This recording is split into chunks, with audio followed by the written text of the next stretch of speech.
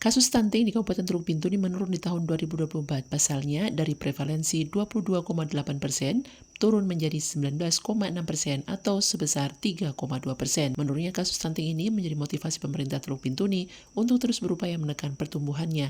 Melalui rapat koordinasi tim percepatan penurunan stunting yang digelar pada Jumat kemarin, pemerintah akan mengevaluasi, memproyeksikan sejumlah program pemberantasan kasus kurang gizi pada anak ini. PLT Sekda Teluk Bintuni, Frans Awak, mengatakan menurunnya prevalensi stunting menjadikan Teluk Bintuni sebagai kabupaten dengan angka prevalensi paling tinggi di seluruh Papua Barat. Capaian ini tentunya merupakan upaya dari semua pihak, termasuk OPD, tenaga kesehatan, dan kader di lapangan. Ia juga mengatakan secara khusus pemerintah Kabupaten Teluk Bintuni telah menempatkan kasus stunting sebagai prioritas utama dalam agenda pembangunan daerah.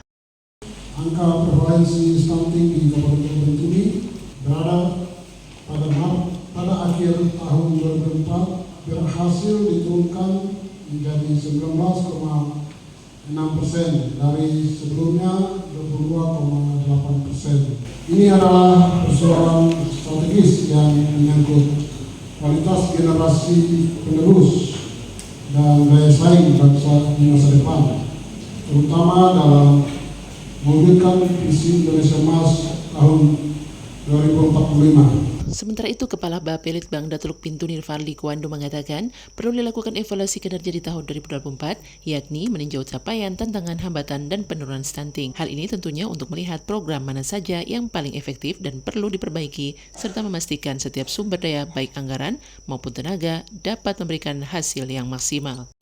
Bahwa ini satu tugas penting yang harus kita laksanakan, yang menjadi tanggung jawab kita, sebab masih ada anak-anak Teluk Bintuni yang masih menghadapi risiko stunting. Tujuan daripada rapat kita hari ini yang pertama yaitu kita melakukan evaluasi kinerja kita di tahun 2024. Kita meninjau capaian, tantangan, hambatan yang dihadapi tim percepatan penurunan stunting selama tahun 2024. Evaluasi ini akan menegaskan intervensi apa yang paling efektif, program mana yang perlu diperbaiki, serta bagaimana memastikan setiap sumber daya, baik anggaran maupun tenaga, dapat memberikan hasil yang optimal. Yang kedua, pada rapat koordinasi hari ini, yaitu perencanaan program di 2025. Diharapkan melalui evaluasi ini, OPD memiliki inovasi tentang cara penurunan kasus stunting, sehingga tren positif kasus tersebut selalu terjaga. Dari Teluk Bintuni, Papua Barat, Dinaryanti, RRI terus mengudara untuk Indonesia.